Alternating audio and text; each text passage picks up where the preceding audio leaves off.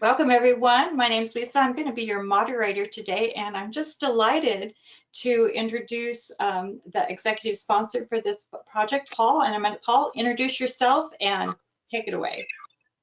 Thank you. I want to thank you so much for joining us here today for the public webinar on the draft groundwater management and drinking water well principles and strategies. My name is Paul Roslin, and I'm the Deputy Director of State Groundwater Management at the Department of Water Resources. I'm really glad to be here today, engaging with you all during our 30-day comment period on the draft principles and strategies. I do want to take a moment to recognize the importance of this work since it was included in the Executive Drought Proclamation. I would also like to recognize the importance that groundwater serves during prior droughts and during this current drought for drinking well users. Nearly 85% of Californians rely on groundwater for some portion of their water supply, and over 1.5 million Californians rely on domestic wells for drinking water, including myself and my family. So this is highly important for the human right to water as we enter this drought and plan for future drought. This work in front of us, as directed in the Drought Proclamation, will provide a strong state framework around the key principles and strategies necessary to anticipate and proactively address drought impacts on drinking water wells. I'd like to take a moment to introduce the staff we have here today to host this public webinar. From DWR, we have Stephen Springhorn, Keith Wallace, Tim Godwin, Aaron Crandall, and Melissa Fox-Franks. We also have our partners from the State Water Resources Control Board. We have James Markbar. We have Andrew Alfoy, Natalie Stork, and Sarah Silver. We have Lisa Butler and Marissa Perez-Reyes from Stantec, who will be facilitating the workshop and inviting you to provide public comments. With that, I want to thank you for being here today, and we look forward to your public comments and input on the draft document. I'll turn it over to our facilitation team, Lisa and Marissa, to go through the meeting agenda and logistics. So thank you very much.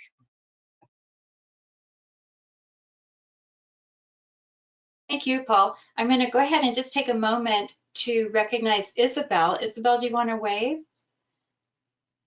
There she is. And Isabel is doing our Spanish language translation. Thank you so much for being here, Isabel. And if you happen to see her on screen and see her talking, that's why she's doing real translation. So thank you so much. Okay, so we wanted to tell you a little bit about what's going on today. We've got our opening remarks, and we'll hear from Melissa in just a little bit. And then we'll go over the document content, talking a little bit about what's in the document, how that's moving forward. Then we wanted to set aside quite a bit of time for you to provide feedback to us. Our hope is that you've had a chance to read this document, and at least if you have some general impressions from the presentation, let us know that. During the initial presentation of the content, we will take a pause for clarifying questions. So if there was something you didn't understand or you just need a little bit more clarity, we'll have you put that into the chat for us. We're happy to ask those questions. During the formal public comment period, we will also open the mic. And for the Spanish language line, what we will do is Isabel, the translator, will come on and ask questions as well. So we will have both. We'll check in. We're also taking comments via email, and there are some people who are just on the phone that are not online with us. Otherwise, they are providing comments via email. We'll be collecting those. So we'll just kind of tack back and forth. We definitely want to hear from you. Then we'll go ahead and wrap it up and move on. So we also thank you so much for being here today. We can talk a little bit about the logistics, I think. And Marissa, did you want to do this, or do you want me to do it? I'm happy to cover this. Okay. So my name is Marissa Perez-Reyes, supporting Lisa here. So you can join this webinar. This webinar's audio line in a couple of ways. You can either use the computer audio or use your phone audio option.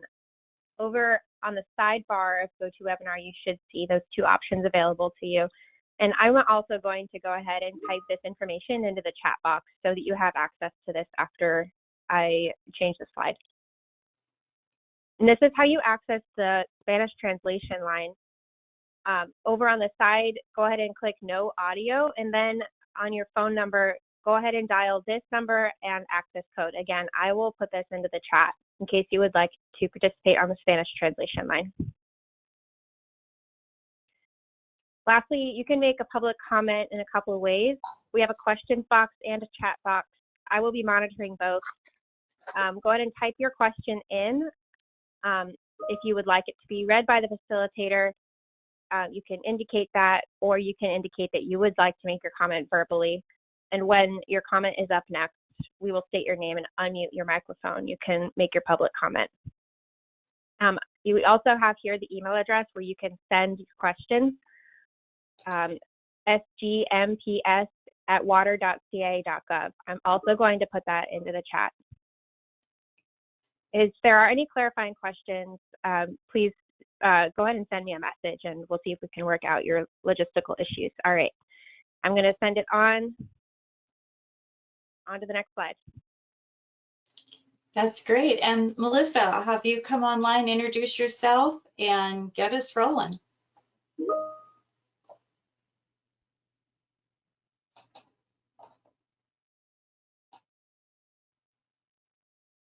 And you've still got yourself on mute, Melissa.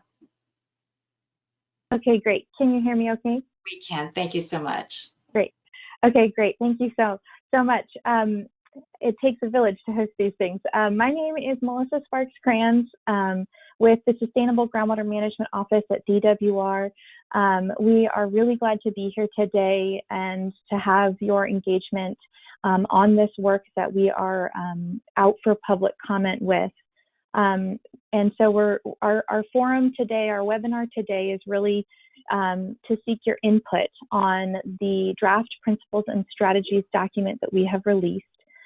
We are continuing in this work following the April 21st drought proclamation that the governor issued, and this is specifically Action 11 from that drought proclamation.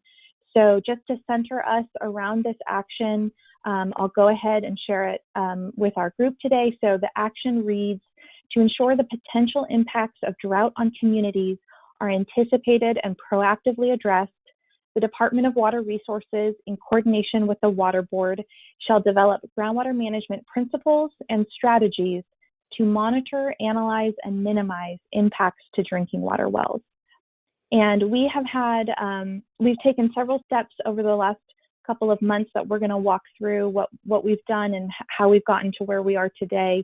But I just want to recognize, and we've had a state work team that has been comprised of DWR and State Water Board staff that have developed this draft document.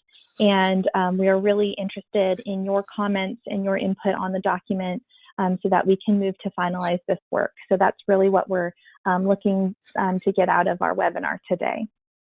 Next slide. So this just kind of charts out the goals and the products that we are looking to deliver on and that we've shared in our earlier sessions. Our first goal is really to, as the action spells out, to present clear principles and vision from the state on how to anticipate and proactively address drought impacts on communities who rely on wells. And so these are principles or value statements that DWR and the State Board are looking to uphold. The second goal that we identified in this process as it relates to Action 11 and is described in Action 11 is to develop strategies particularly for the state. And that a lot of these strategies relate to local entities and community leaders who are doing work and are making decisions on drought preparedness, planning, and management. And so this is sort of the state's framework or roadmap with strategies and actions to move forward with that are actionable and applicable and really realistic to what is happening on the ground as it relates to drought impacts on drinking water well users. And just at the highest level, our final product is going to be a shared framework document that does capture both these principles and strategies. And you should be seeing that in our draft document that we've laid out. and I'll go ahead and ask our facilitators to drop the link to the document in the chat if anybody hasn't received the draft document that's circulated out for public comment. Next slide. So in doing this work, we have identified 2 key outcomes, and we really wanted to make sure that as we were developing these drinking water well principles and strategies, we were doing it in a way where we could engage with all of you and interested parties throughout that process. And that included our first outcome of wanting to create a public process that was robust, inclusive, transparent, and accessible to all to participate. And our second outcome was to really create a final product that is foundational, vetted, applicable, and realistic. And so what we have done over the last several months is we started in June by hosting 3 public listening sessions before we began drafting the document. And that was really to come forward to all of you and interested parties and to hear your perspectives and your input. We came back in July and wanted to host a public workshop on the listening session comments that we heard. And we organized those into themes and thematic draft concepts. And we presented that in a workshop and also sought additional public input at that time. All of that public process and input went into drafting the draft document that we have out for public comment now. So that's really where we are here today, hosting the public webinar, as well as on September 8th, we initiated that formal 30-day public comment period on the draft document. So our public comment period will go through October 7th, and we are looking to gather your input today during the webinar, but also via written comments that you can submit to us through October 7th. And we're going to incorporate that public input into the final document that we hope to release shortly thereafter this fall, and then move forward to implementing these strategies and actions moving forward, and really launching into what, if it is a dry year next year, specific drought actions that we're going to be continuing to work on here at the state level. I just want to note in this process that we've laid out, we've really received a lot of great perspective and input. We had over 400 people participate in our earlier workshops, and we had over 100 comments that helped formulate the draft document that we have out today. So we just want to thank you all for the early input and engagement in this process, and it's really helped shape where we are now. Next slide. So in the next slide, just at a high level, in the listening sessions in June, we sought your perspective and your input, and we asked you who is involved with drinking water wells, who is involved with drought preparedness planning and management. We asked you to share your experiences of what you have know of or what you have experienced yourselves when it comes to drought impacts on wells. And we also ask that you provide your perspectives of if there are identifiable barriers, challenges, and proposed solutions that you have to help in proactively addressing and anticipating drought impacts on drinking water wells. From all of that input, these are the themes that we presented in the July workshop that really helped formulate this final document here that we have today, the draft principles and strategies that are out for public comment. So from your input, we got all the way through to this draft document today. I'll just note that even everything from the preamble and the background section really did incorporate the perspectives that we heard. So we just wanted to recognize that and appreciate how much folks shared with us going into this work. Next slide. So what we would like to do now is to actually dive into the draft content that we have in the document. And we have the 6 principles identified here on the screen. Each of those principles have a subset of strategies that's outlined in the document itself. And what we're going to do is we're going to walk through each of these 6.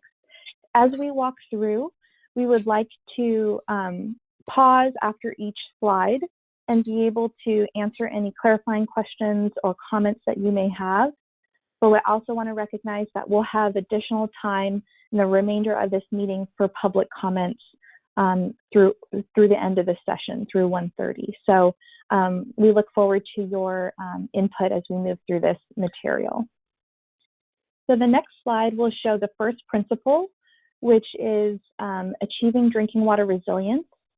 And this includes the overarching principle or value statement that to implement ongoing drought planning and response and other groundwater management programs will help effectuate necessary changes with our overall goal of achieving drought resilience for drinking water well users. And the strategies identified here relate to specifically state actions. Again, this is sort of the state framework of continuing to organize and be prepared and planning for drought impacts. And this includes the formalization and establishment of an interagency drinking water well work team. We've started that work in this process with a state work team of DWR and State Water Board staff, and it's been very effective, and we want to continue doing that to anticipate future drought impacts.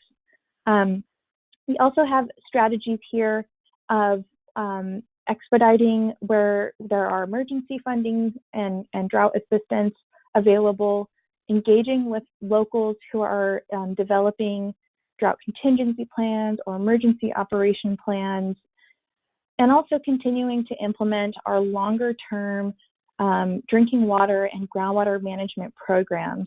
So programs at the state level like SGMA, the Sustainable Groundwater Management Act, and SAFER, the Safe and Affordable Drinking Water Fund. Other water quality programs that relate like CV Salt, Central Valley Salt, and Irrigated Lands Regulatory Program, where there are nexuses to drinking water wells. Those programs, continuing to implement those programs will help us advance drinking water resilience. And lastly, the strategy that we have here also points out to be sharing and spotlighting drought management efforts that have been successful so that we are working together and learning together of what's worked in some areas and others.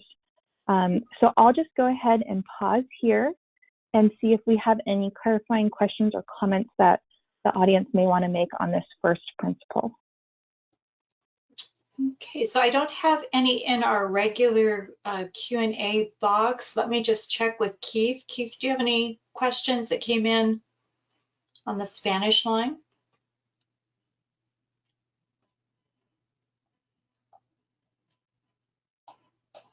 And I'm not seeing any there. And let's take a look in our email box. We do have comments in the email box, but it's not direct to this. So I think we can go ahead and keep moving. We'll give everyone, and if we don't get to it right now, don't be concerned. We will come back to it. Okay, why don't we go ahead and keep going? Great. Oh, it looks like, looks like I did get something here. How are the climate change projections being incorporated into the resilience strategy? Yes, that's a great comment. We will get to that a little bit down further in one of the later principles and subset strategies. So if I could flag that one, and we will circle back on that comment. Okay. I do also have a question about this is something, I'm going to put both of these into the general discussion because they both appear to have some additional discussion to go with it. Go ahead, please. Okay, great. So can we advance to the next slide?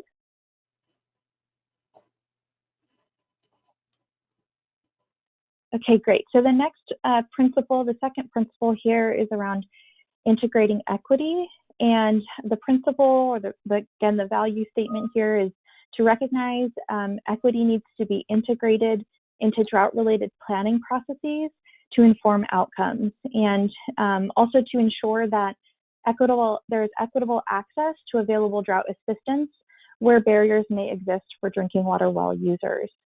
And at a high level, the strategies show with the next click here that many of the state strategies here include an educational approach to this. So making sure that the state can provide additional educational materials that show additional information about well infrastructure, well maintenance, providing guidance on different areas such as community engagement in different processes, including, how to conduct open and transparent public meetings for engagement to occur.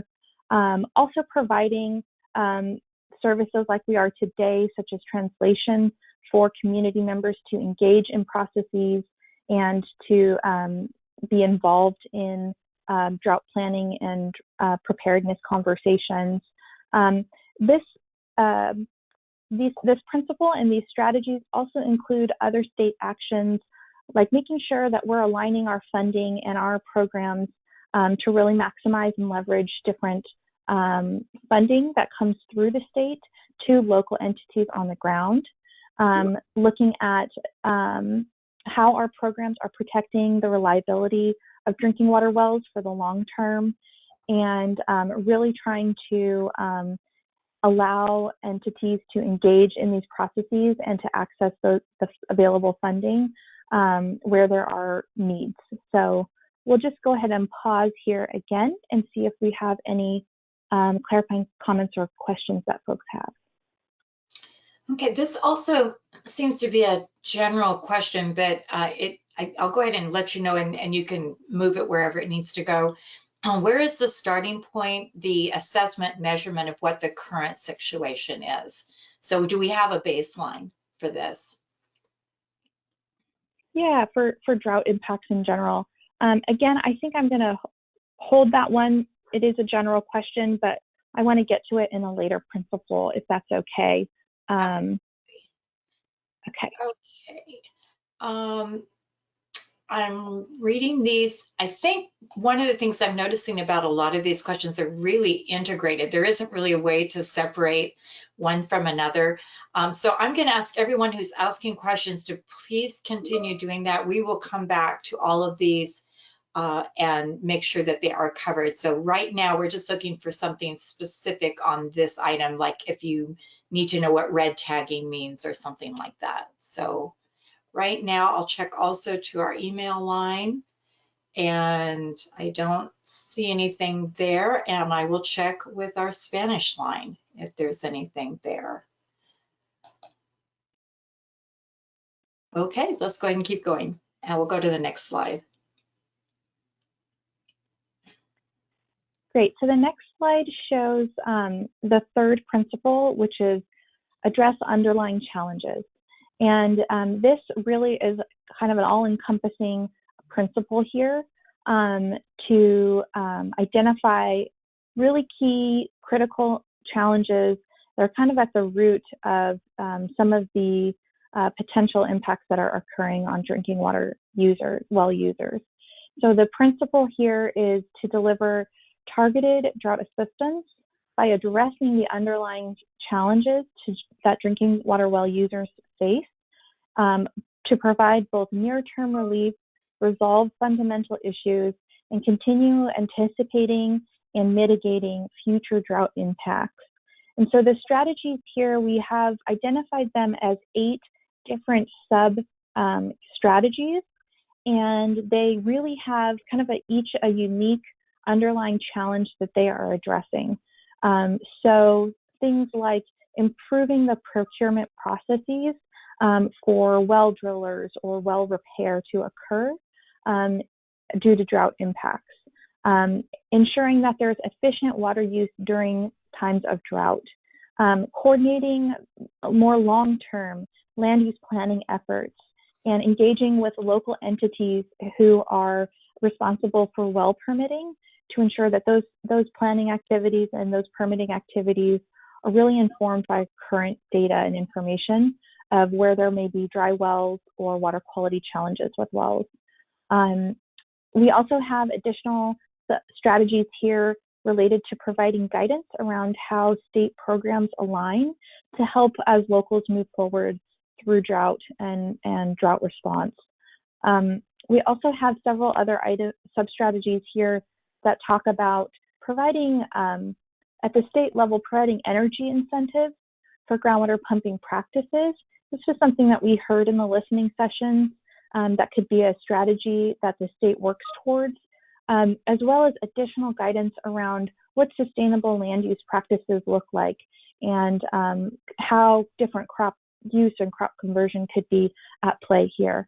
And lastly, the state, we have an additional strategy around sort of economic development and assistance to help communities who are facing potential drought impacts and what resources the state may have available. So this is sort of, each sub-strategy has its own kind of key underlying challenge that we wanted to address of what we heard in the listening sessions. And I'll pause there, Lisa, for any comments or questions that are coming in. Thank you for checking. And right now, I don't see anything on the emails. I see, let's try this one. Will the strategies under this category include funding assistance for data collection to monitor groundwater levels and better characterize drinking water resources, including risks to the same? That's a great question. It does kind of cross quite a few of our principles. Just the question around well monitoring and data, the question around funding assistance to better understand and that, better categorize what's occurring, what impacts are occurring. I'd like actually, if we can, to, it kind of blends into our next principle on data, and I'll come back on the funding assistance side when we get to our sixth principle as well. So we'll address that one too. Perfect, thank you. Great. So the next principle here is leading with best available data. And I think this is a really fundamental one that our group discussed, and there's a lot of really keen interest around. The principle here is to prioritize the alignment, centralization, and accessibility of available well data and information to clearly identify both emerging and existing groundwater and drinking water issues for improved drought management. So the strategies really, I think, help to identify and track drought hotspots where there are both emerging and existing impacts that are occurring. These actions also include promoting well metering where it's appropriate and feasible, or utilizing evapotranspiration data to understand conditions, developing a pilot program that will help disclose well and water quality information. The next strategy that we have here is for the state to create an inventory and create a centralized active well database of information where there are known active wells, so that we can better understand the conditions and, to the earlier question, help direct resources and future funding. The next strategy goes through increasing access and providing guidance on the data platforms that the state has. So there are many different platforms that the state has, and in our principle here, that centralization and alignment of what different platforms we have is going to be really critical to helping the public, interested parties, local agencies understand and digest all of that. We do have a strategy here around increasing the frequency of groundwater monitoring, where we are working with locals and the state to understand conditions. And then the last one really is engaging drinking water well users who oversee their own systems, and to really encourage them to be part of monitoring networks, to utilize their well in those ways, to monitor and to understand those conditions, levels, and water quality. So the lead with best available data is really the space where I want to get to one of the earlier questions around how are we understanding these conditions with maybe a starting point or a baseline. And this is really where that information will exist and where we would point folks to for that type of understanding of drought conditions, water quality conditions, water level conditions.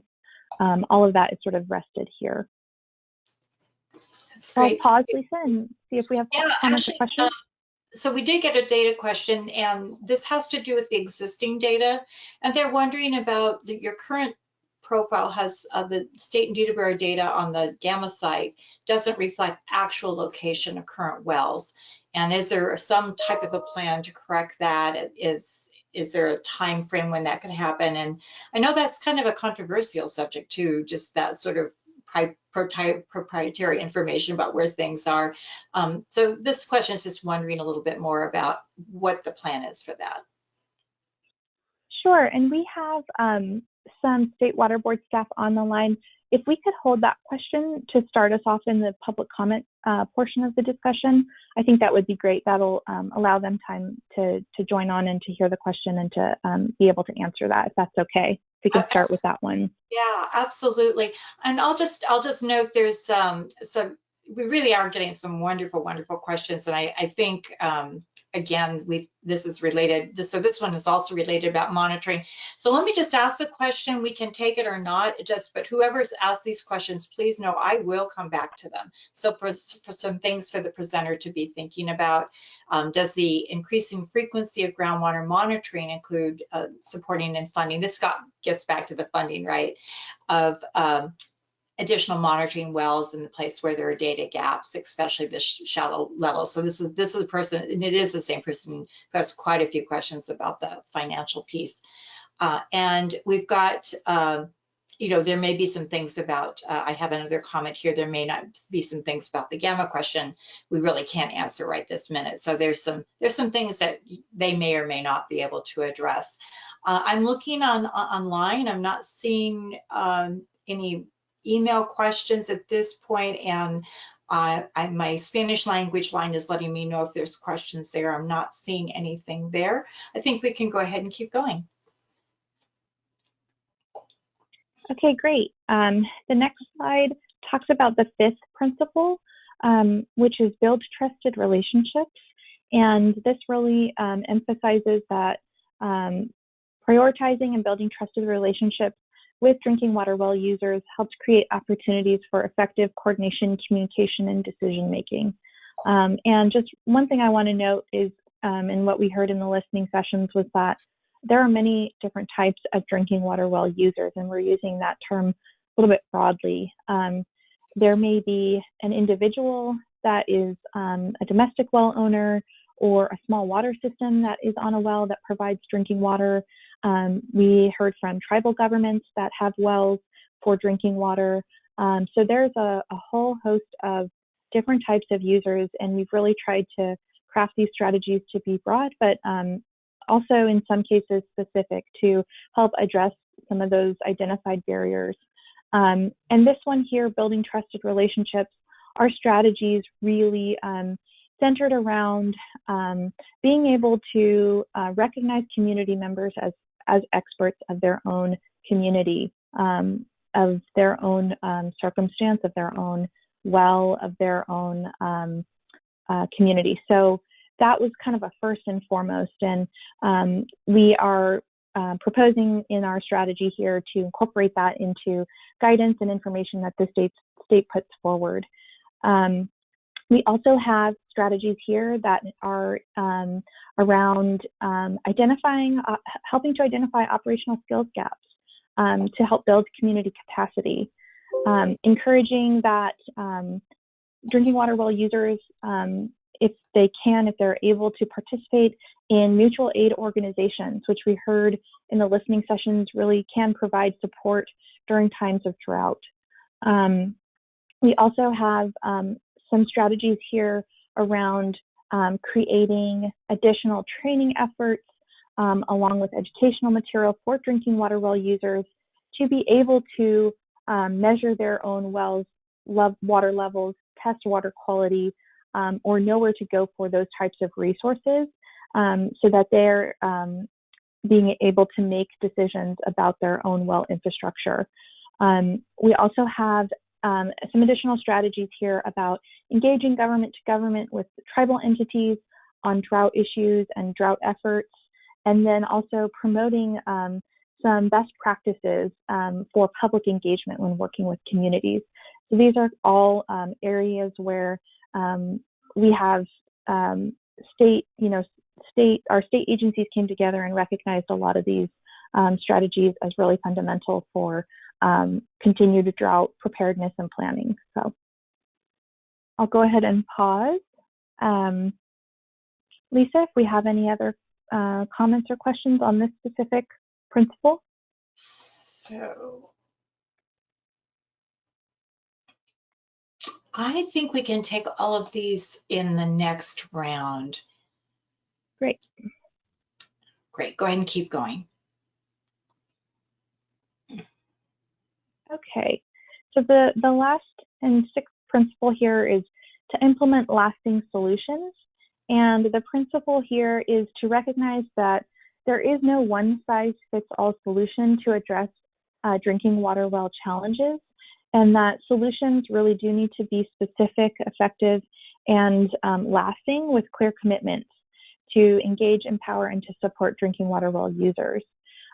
So the strategies here, I want to come back to some of the earlier comments that have been made thus far, really do align with future funding opportunities to incentivize, to help mitigate impacts, to provide additional guidance on drinking water well mitigation strategies, and to really build upon existing state programs that are in place, in particular when it comes to different funding programs, such as, I just want to recognize one here that talks about encouraging the regionalization or consolidation of wells as a potential solution, if those are small systems, where it's feasible and appropriate. And that's really aligned with the goals of the SAFER program. Additionally, you'll see several other strategies here around, working to assess the feasibility of recharge. I think that is something that I just want to touch on earlier, a comment made about climate change. I think this is really where we're seeing that type of data to go into sort of these feasibility and assessments of understanding where we can recharge groundwater aquifers and where recharge could occur through additional incentive for recharge projects in shallow portions of aquifers to help in those for those shallower wells, and really applying that through streamlined permitting processes. I just want to touch on also that this is intended to be these strategies are intended to be sort of well-rounded here. And I think a key one that we have identified is being able to report out on the progress being made in state funding programs and state programs to be able to help leverage and align the different programs that we have in helping provide benefits on the ground. So where we have different programs in place, I know there are other recycled water funding programs, things like that. We want to try and leverage all of those as best we can to be able to work with communities on the solutions that are best fit for their challenges. So I will go ahead and pause. This is the last principle and sub-strategies here. And then after this, we'll just help us transition to the open public comment portion of the meeting. That's great. Thank you so much. Well, I am happy to say we've got tons of questions and comments that are coming in. So was something that came up, and if you're ready to go ahead and move into the public part, something that came up, and you'll remember this in quite a few of the workshops that we had, was the issue of cannabis, and a lot of concern that there's been, lots of new wells going in for that. And there was a question about sort of what's going to be done about that. This extraction is reducing the water table. It's problematic. Is there any particular plan at looking at this, particularly as California is really facing more and more drought concerns? So I'll just. Yes, that's a great question. That is something that we heard in the listening sessions in our earlier workshops. One thing I'll just note, a strategy that we've put together around that is the one under our third principle of addressing underlying challenges, and really the recommended strategy around water use efficiency during times of drought. So if we could have your input for who proposed that question to us, have your input in looking at that specific strategy to make sure that it's capturing some of the challenges that you've identified in your question there. Great, thank you. Great. Thanks. We also have one of the very first comments that came in, and this has to do with forest products, forest management, and clean water. And this commenter is saying that clean water is our most important forest product, and forest management theoretically can increase water yield by up to 25%. We once managed forest land for timber and suppressing wildfires, but we're now managing them from control of climate-driven megafires and suppression. We really need to rethink this, particularly related to managing for water yield. So thank you so much for that comment. And then I'm going to just go in the order of comments that we've received. We'll circle back, and if you feel like you've covered some of these, Melissa, feel free to just note that. So the first question had to do about the climate change projections and how all of that was going to be integrated. So I'll just have you tackle that one up front. Sorry, Lisa, could you read that question again? How are climate change projections being incorporated into this overall resilience strategy? Yeah, I think quite a bit of what we have put together, especially I want to direct that person to the preamble of the document, where we're sort of setting the stage of the conditions and where our climate changes are occurring and how droughts have become increasingly increased in frequency and in severity over the last several decades. And we really try and set that stage up front in the document and try and actually be specific about the conditions that we've seen in groundwater as it relates to climate change. So I would encourage the audience to look at that portion of the document. If we've missed something there, please identify that for us in your comments that you submit to us. And I'd also say throughout the strategies, if you see, if you recognize an area where we can make that more robust of a connection, that would be really helpful for us. I think in general, our Achieving Drinking Water Resilience incorporates many of the areas around climate change projections and climate forecasting, and really integrating that into the programs that we're implementing now, in particular longer term programs. So I'd just like to point out those areas and actually ask for additional input if folks have specifics that they'd like to see around climate change. Great. Thank you, Melissa. The next person is wondering about sort of the relationship with CV salts, and the question has to do with, would you support the local GSA's water quality management efforts or modeling similar to the way that CV salts is done? Yeah, and I'd like to see if any of our State Water Board colleagues are online, if they want to help answer that question. And if what we can do too, I'll check in with all of the water boards folks, and if you would like to take that answer, please let me know. And by the way, if we don't get back to you in this meeting, we will get back to you via email. So please know that your comment or question won't be ignored. It's just we may or may not be able to answer that today. So if the water boards folks, if you've got someone on the call that can address that, please let me know. Just put that in the chat and I'll call on you next and I'll come back to that. Okay, let me go to the next one. You actually circled back to this one. We kind of raised it a little bit earlier. Where's the starting point, the assessment measurement of the current situation? So what's our baseline? How do we know? Yeah, I think that's, I think we touched on that one, but that's reflected, I think, in our data section of the document. Really trying to identify and track the historical impacts that we have seen when it comes to groundwater levels and water quality. An exponential amount of information has been coming in over the last several years with local management of groundwater, and we're really gearing our state platforms to help provide that starting point and that information for folks. And so I think that's where you'll see some of those strategies address that baseline question, if that helps. That's great. Thank you. All right. I'm going to go ahead and keep moving. We've got a question about, while the focus of this document is on groundwater management principles, there needs to be an acknowledgement of the linkage between native and imported surface water and groundwater. So any approach to monitor, manage, and mitigate down impacts on drinking water wells need to account for that connection. Have you covered that in this document? We do try and address that in the kind of upfront portion of the document, the preamble and the background.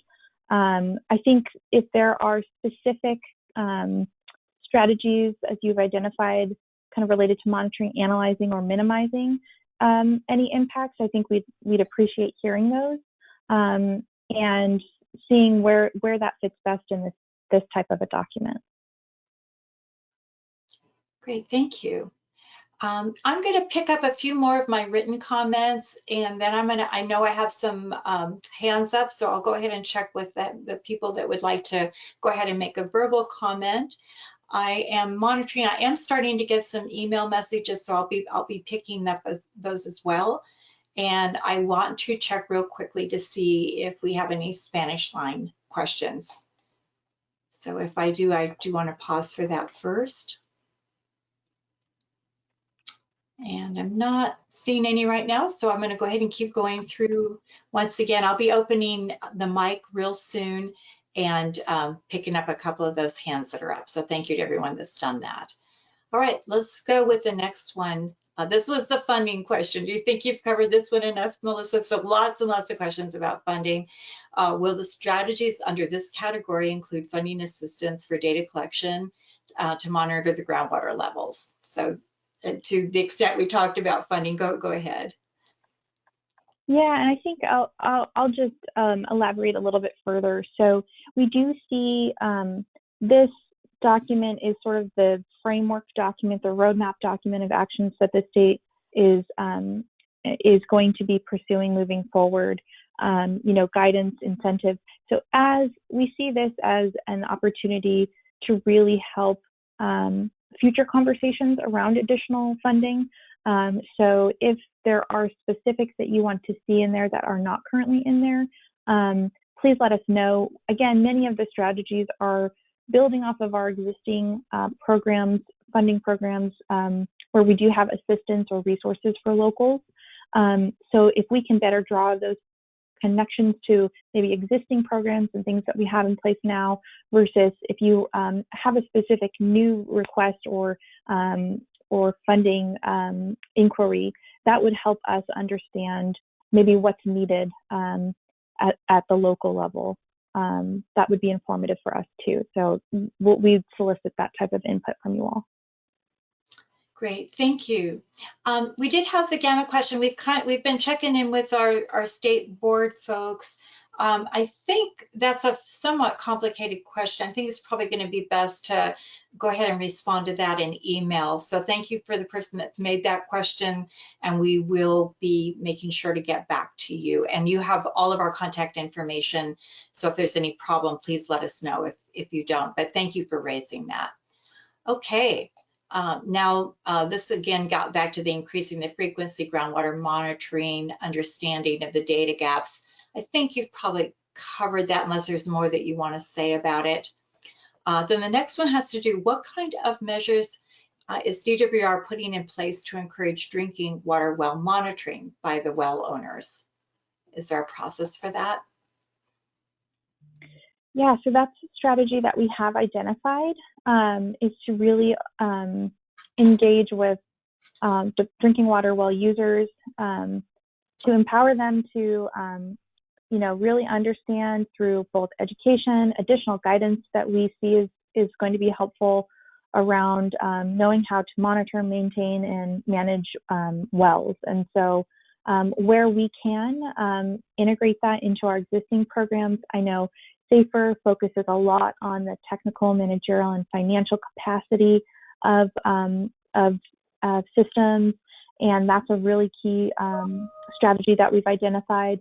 But also, if there are other, you know, there will be other kind of next steps and actions that we've identified in this document that really help empower those drinking water well users. And I see Paul's on. I think you may have more to add here. Paul. No, Melissa, I think you handled that well, and I think that's one of the newer concepts we want to expand upon and broaden from what programs we may have or have the opportunity to expand with our partners at the state board. So I think some of those comments too would be important for us to hear the things that you like as we develop the implementation strategies, because some of these are broad, and if you have thoughts on how to best implement them, that would be very helpful for us as we flesh out the details on how this is actually going to get carried forward. Great, thank you. So I'm going to go ahead and open up some mics. And Risa, do you want to help me with that, to go ahead and get the mics open? So Suzanne Pecci, you're the first mic that we're going to open, if you wouldn't mind introducing yourself. And then after that, it's going to be Natalie and Nagodo, and then Crystal. So that'll be Suzanne and Risa, we got that? Yeah, Suzanne, you are self-muted. So if you go ahead and unmute, you can make your comment. Am I unmuted now? You're good, Ms. We can hear Suzanne. you. Okay, so we Suzanne, are. would you mind just introducing yourself? I know you've been really, I just want to acknowledge you've attended all these workshops. So I really personally appreciate your participation, but just so the others know who you are and where you're from. So my name is Suzanne Pecci, and I'm a longtime resident in Elk Grove rural area. I live, I'm in the South American Subbasin, and I am on a private domestic well, and very interested in SGMA. I have really involved myself for the last 5 years, going to local meetings, understanding the connection of the GSAs to myself, and understanding what the issues are. So we're interested in our area. We have a very good consulting group that is starting to develop a monitoring a network, or a group of people, AgRes people, that are interested in monitoring their own wells. And I live in a particular area where my property is directly adjacent to farmland. And so I am interested in water quality as being part of that monitoring effort. And so I'm putting my 2 cents worth in on talking a little more about water contamination, pesticide use. I understand that the pesticide programs are funded by the users, and so that I understand that enforcement is often sensitive, but I also believe that we have a right to know of information that GSAs might have that would put us on notice to maybe test our wells, to clean up our wells, to start drinking bottled water. So I'm interested in access to information on wells, and trying to research my own well testing that I had done, I found that there are data gaps in my area. And so I'm interested in filling those data gaps as part of the monitoring program that we hope to develop in the rural area. So again, I'm hoping for some kind of a focus and an element of self-monitoring, part of that being quality. Thank you. Thank you. Thank you, Suzanne. And I noticed you have a couple of things that you've put in the chat. Do you feel like you've covered everything you put in the chat? No, I appreciate your noticing my chat. You know, I've been going to these meetings for a long time, and we talk about the principles of trust and transparency and openness and working together and honesty and all of these things.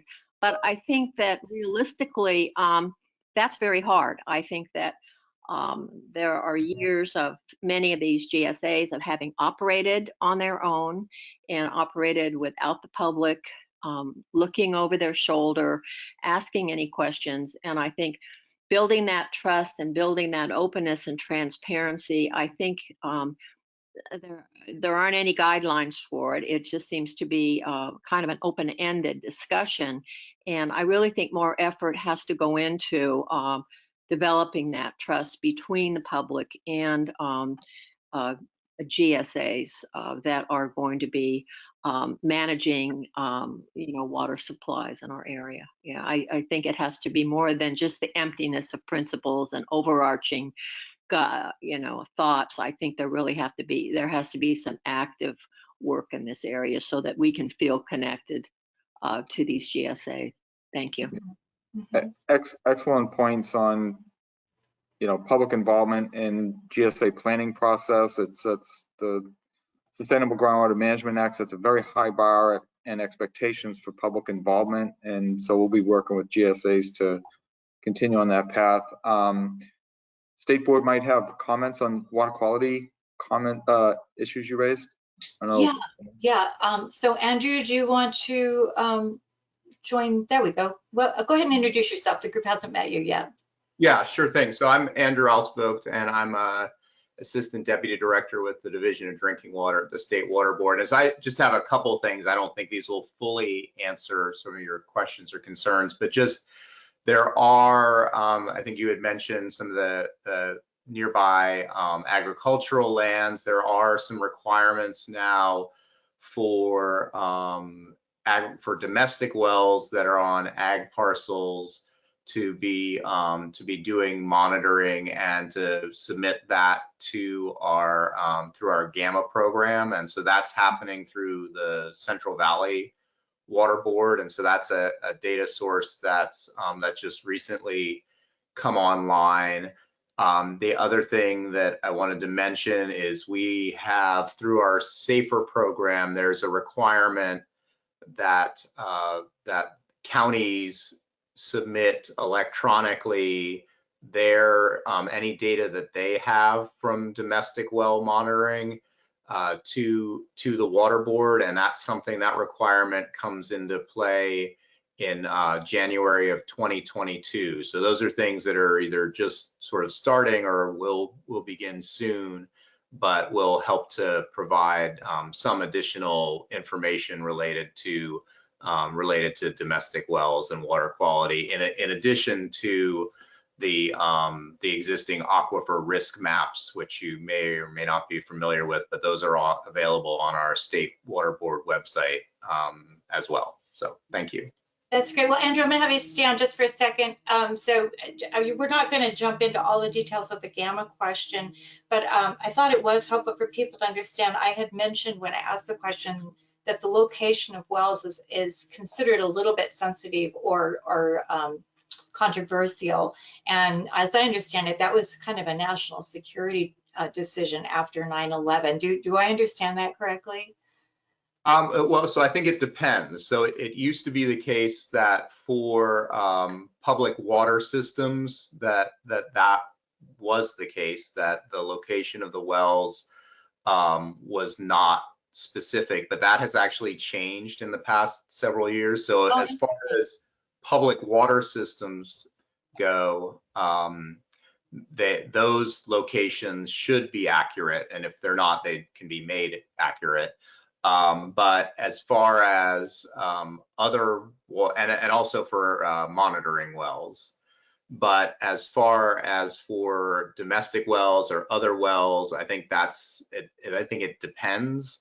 I will say again, getting back to my comment around the domestic well monitoring on ag parcels. My understanding for that is that those wells are just associated with the assessor parcel number. So whatever that parcel is, they're just associated with that as opposed to a specific location. So I think it sort of depends. It depends what type of well you're looking at and how and who is sampling it. Yeah. Oh, that's so helpful. Thank you so much for taking the time to do that. Okay, we are getting back to the questions related. I have some online, but I wanted to make sure, Natalie, if you had something that you wanted to add, feel free. I'll have Marisa open your mic. And you're welcome to speak if. Me? Yes, go ahead. Hi, everyone. My name's Natalie. I'm calling in on behalf of Leadership Council to provide some comments. We're encouraged to see that these draft principles contain many important concepts of furthering the human right to water through more effective groundwater management using the resources available to DWR and State Water Board. Based on our work directly with communities impacted by drinking water issues in the San Joaquin and Eastern Coachella Valley, we're providing the following comments to ensure that these principles will effectively protect the human right to water. First, residents we work with throughout the San Joaquin Valley have serious concerns with the potential of groundwater markets to exacerbate existing inequalities in access to water. Therefore, we urge the agencies to change the language in Section 2.3 to state that the agencies will require and support GSAs in prioritizing drinking water protection and prohibit groundwater management actions or projects which would exacerbate drinking water issues or existing inequalities in water access. Translation and interpretation services are critical for local stakeholders, particularly members of many disadvantaged communities, to participate effectively in groundwater management, which impact their drinking water resources. We urge the agencies to add a requirement to Section 2.7 to use its grant funding incentives to require recipients to provide translation and interpretation services to all public meetings in all threshold languages of the area of the area of jurisdiction. The agencies are right to acknowledge economic impacts from changing land use patterns in Section 3.8. However, the state has a critical role to play in helping transition to a more sustainable economy. We ask that this section add support for transitioning to a water resilient economy, in addition to easing economic impacts from fallowing. Lastly, we urge the agencies to include a requirement for counties and GSAs to implement drinking water mitigation programs during the drought and on an ongoing basis. We must not continue to allow groundwater pumping at the expense of families running water. Thank you. Thank you. Natalie, will you be submitting those in writing? Yes, we will. Oh, very good. Thank you so much. All right, let's go ahead and check in with a couple of other folks. I believe I'm looking at my list here, and I think I'm gonna go. I'm sorry, I'm talking back and forth here between a couple of different channels, but I'm going to need some help with pronunciation. But I think it's going to be Ngodu Atume, and if you could please correct me but we're going to open your mic.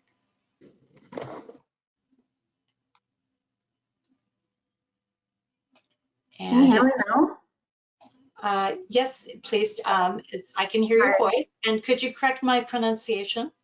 Sure, I will. Good afternoon, everyone. My name is Ngodu Atume.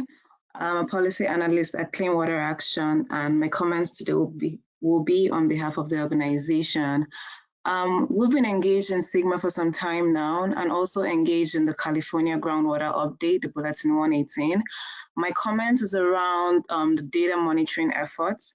So the document states that approximately 53% of domestic wells are found in non-basin areas outside alluvial groundwater basins.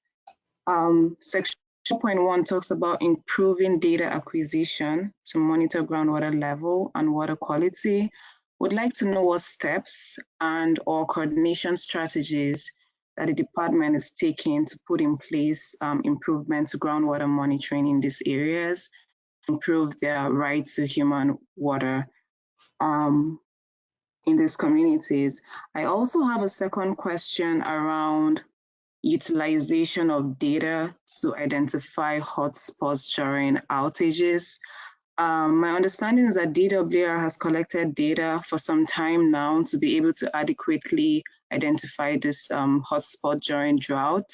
I wonder why this doesn't happen immediately at the start of drought times. Thanks. So those are like a comment and a question. Okay, great. And I just want to check who wants to take that question.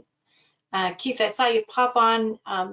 Did you want to move on this question, or are you helping me with something else? Okay, go ahead, Melissa. Do you want to start with it? Or Paul? Yeah, I'll start in, and those are excellent points. And I think well, Stephen's on, so I'll leave it to someone who has a lot more knowledge and expertise. Okay. This is a little bit like almost like one of those game shows where people hit the button and they get to talk. Okay, Stephen, take it away. Thank you. Yeah, it took me a little bit to get off of mute. Can you hear me okay? We certainly. All right, great. Yeah, just really quickly, I'm Stephen Springhorn. I work with Melissa and Keith and work for Paul in the Sustainable Groundwater Management Office at DWR. And Godu, thank you for those questions and comments, and also the active participation in the California's groundwater update efforts and other related efforts. So to your first question on how do we improve groundwater monitoring in a non-basin area, I believe that was the question.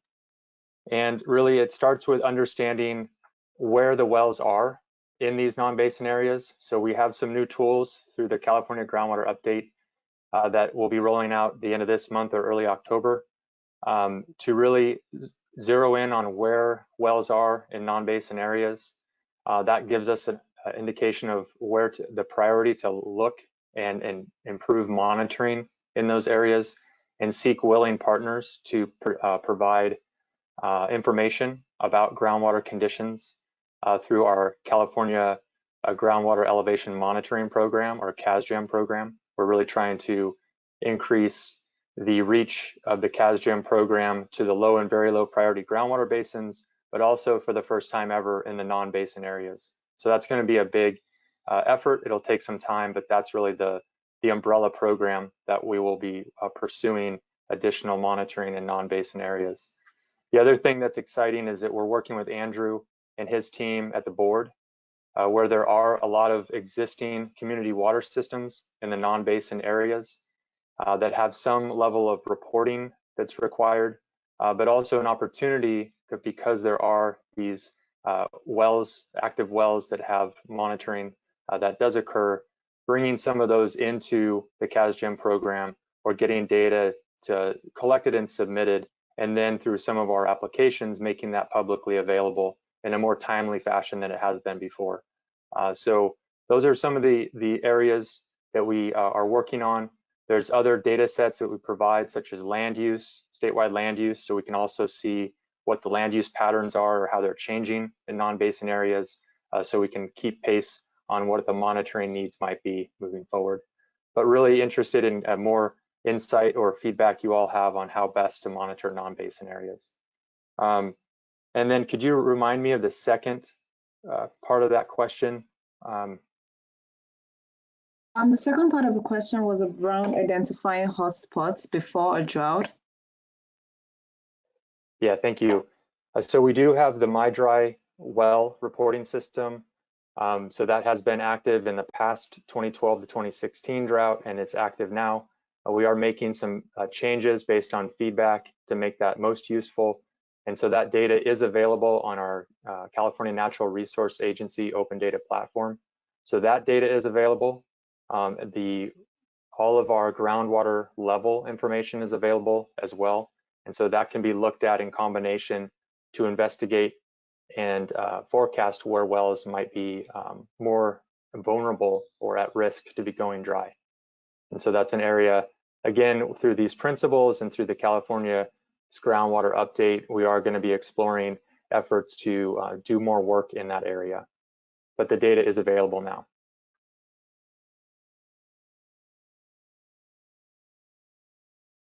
Thank you. Stephen.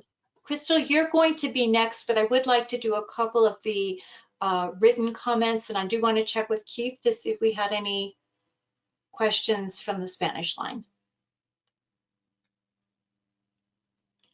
And no questions at this time. okay, very good. Thank you. So here's the next written question. The draft document notes that approximately 53% of domestic wells are found in non-basin fractured rock areas outside of the alluvial groundwater basins. Is the data about this publicly available for review? And so they're asking about where the wells are, or the fact that half of them are outside, and is that data publicly available for review? So we're going to go ahead. Paul, it looks like you're ready to go on that. Sherry, I just want to make sure you're asking about the ones outside or inside. That's not clear to me from the question. Go ahead. What is Stephen going to take this, or Paul? It's Stephen, yeah. Yeah, so I can take that one. And so regardless of if they're inside or outside groundwater basins, all of that information on well completion reports that we receive at the Department of Water Resources are publicly available.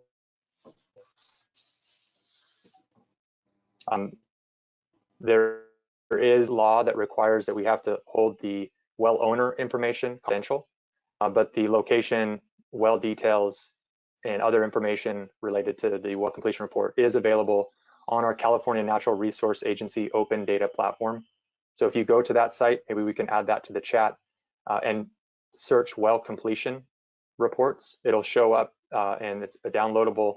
And we also have a viewer on our wells page on DWR webpage that there's interactive map that you can type in your address or zoom into different areas of interest to see where well completion reports have been submitted to the department over the last many decades.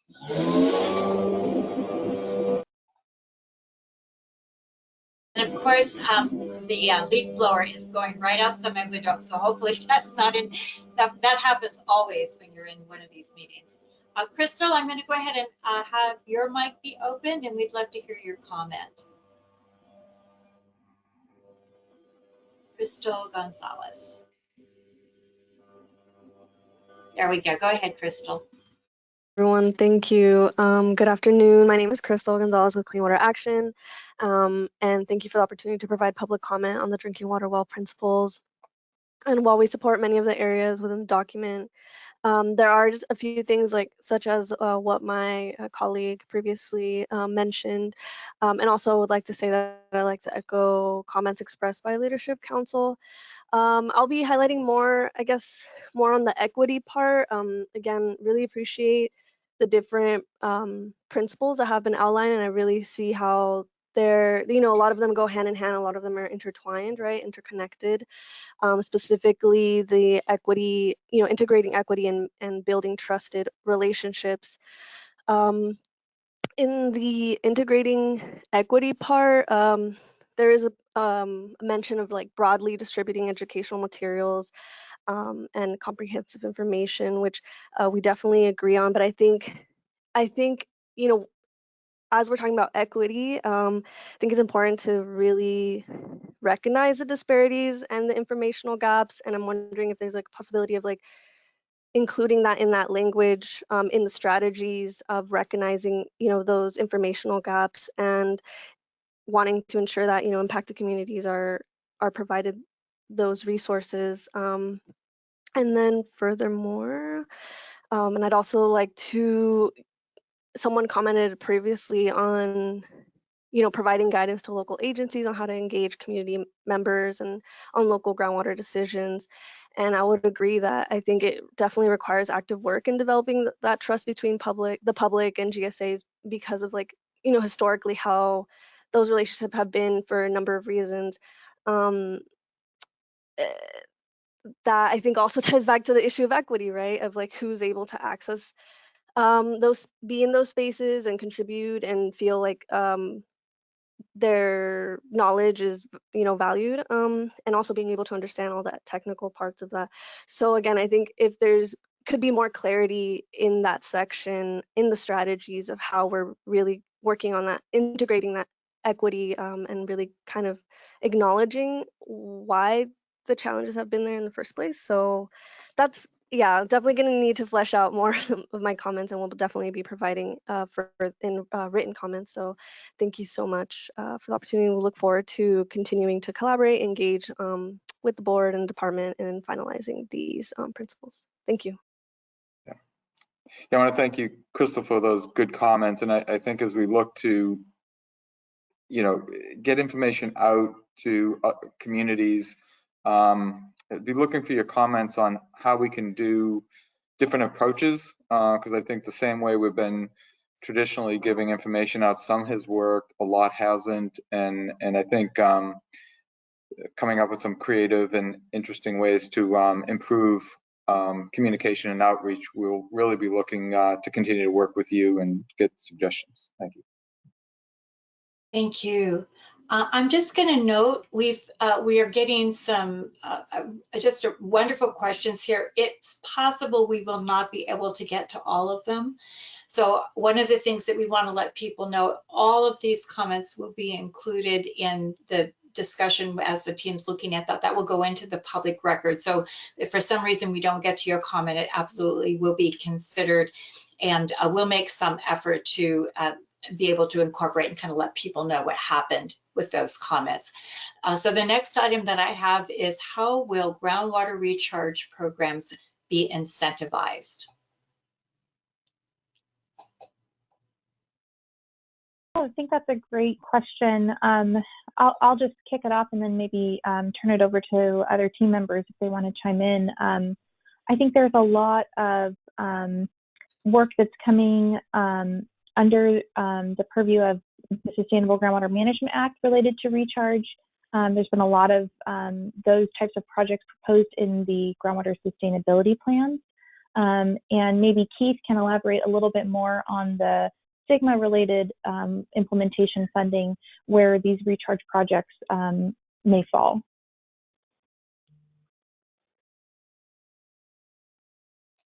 Okay, anybody else on the team want to run with this one?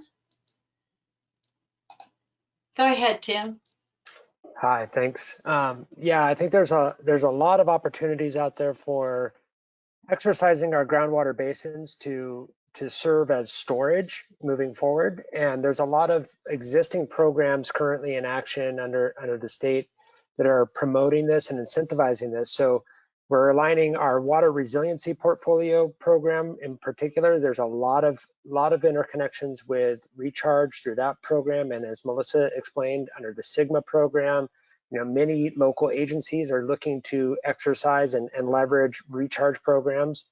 And then ideally, the state can back that up with helping to incentivize recharge programs that are consistent with these principles as we move forward. So it's really about connecting all of these dots to really start to embrace these principles and how we apply this approach with all of these existing programs and programs that are yet to come.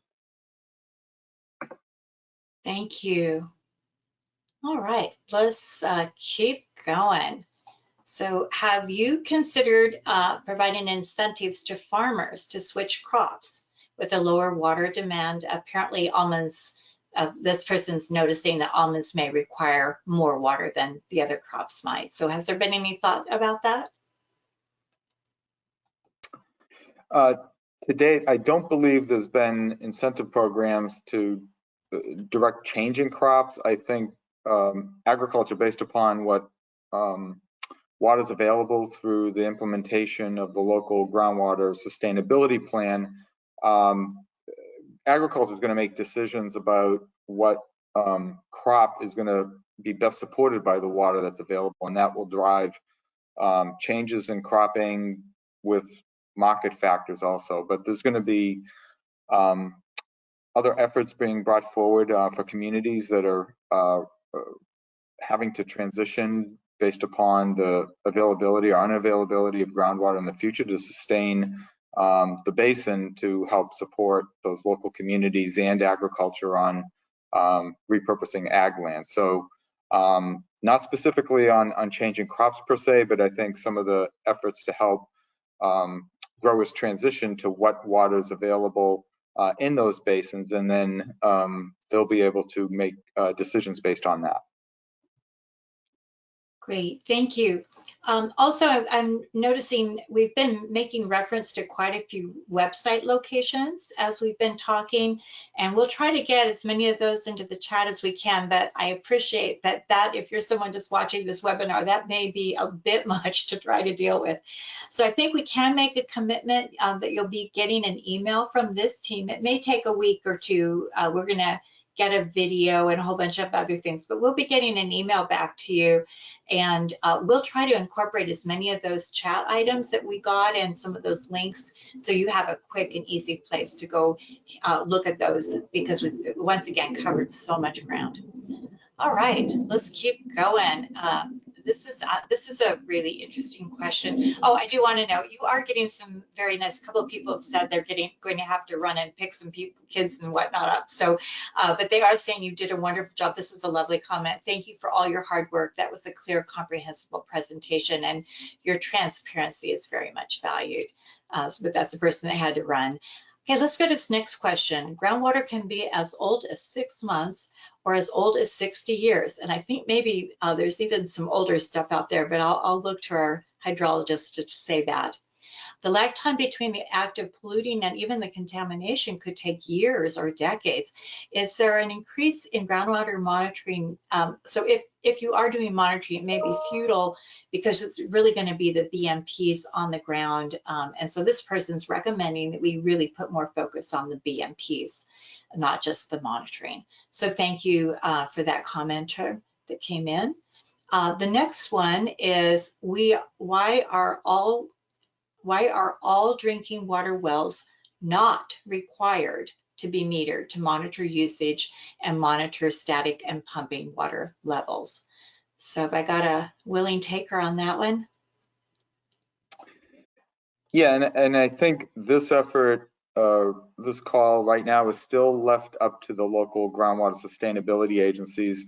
And it kind of depends on the types of data they need from that would drive well metering. So if there's an allocation limit or pumping limit or a fee associated with groundwater extraction, that's where you'll typically see well metering efforts go on. But if a local agency doesn't have those and they have a suitable groundwater tool to do planning and can characterize groundwater pumping, you may not need to develop a metering program, which tends to be also resource intensive and costs money. So it depends upon the needs and drivers of the local agency. So you will see some GSAs that do have metering programs or ones that are going to develop them, and then others that may be in more closely sustainable conditions where they may not need to, provided they can estimate groundwater pumping, which is required to be reported annually based upon groundwater models. So it is, it's dependent upon the local circumstances. Great, thank you. This is just a comment. Accurate locations are important. The setback distance to a public drinking well is now 150 feet minimum horizontal distance. It's important to verify with an exact wellhead location. So thank you, Jeff, for the comment. And he continues, a setback from the septic system, leach field to drinking water wells should be part of your consideration. And we've got that. Let me go ahead. This is a note from Angela. Good afternoon. My name is Angela, and I'm with Self-Help Enterprises. I would like to provide a small written comment. Where in the webinar chat can I do that? So she's going to just say that she supports the local partnering organizations, Leadership Council, Clean Water Action, all the comments that have already been made. And they look forward to the future development and improvement of the drinking water well principles and addressing important comments made by our local partners this afternoon. Angela, thank you for your comments, and they are noted. Also, if you have something more detailed, we have provided in the materials that were sent out a comment line, and I'm gonna ask Melissa to help me with it. So it's basically Sigma at, I've got it wrong, so maybe somebody else can read it out for me with the actual email address. If we go to the next slide, Lisa, on the presentation, it'll have it. Yeah, it's SBMPS at water.ca.gov. That's it right there. So we do want those more in-depth email addresses or email comments to come in. That's if you want to attach a letter or something like that. They definitely would love to see that. All right, let's see here. I've still got Suzanne. I'm over time. I've only got 4 minutes left, and I need to lead this. I do want to note there are a couple of questions I was not able to get to. I absolutely will make sure someone follows up on that. And let me turn this over to Melissa to talk about our next steps and get everybody out on time. Yes, so I'll just do a quick next steps, and then we can have our closing remarks by Paul. So this is that reminder. So we are in the 30-day public comment period that closes October 7th at 5 p.m. So you can email us or provide us letters, comments at sgmps@water.ca.gov. Our next steps are going to include taking that public comment and having that inform the final draft that we put together, the final principles and strategies document. Our target is to release that in November of this fall. And we just wanted to note there was kind of a lot of questions that relate to the strategies and the next steps and sort of the implementation perspective here of how these strategies are going to get done.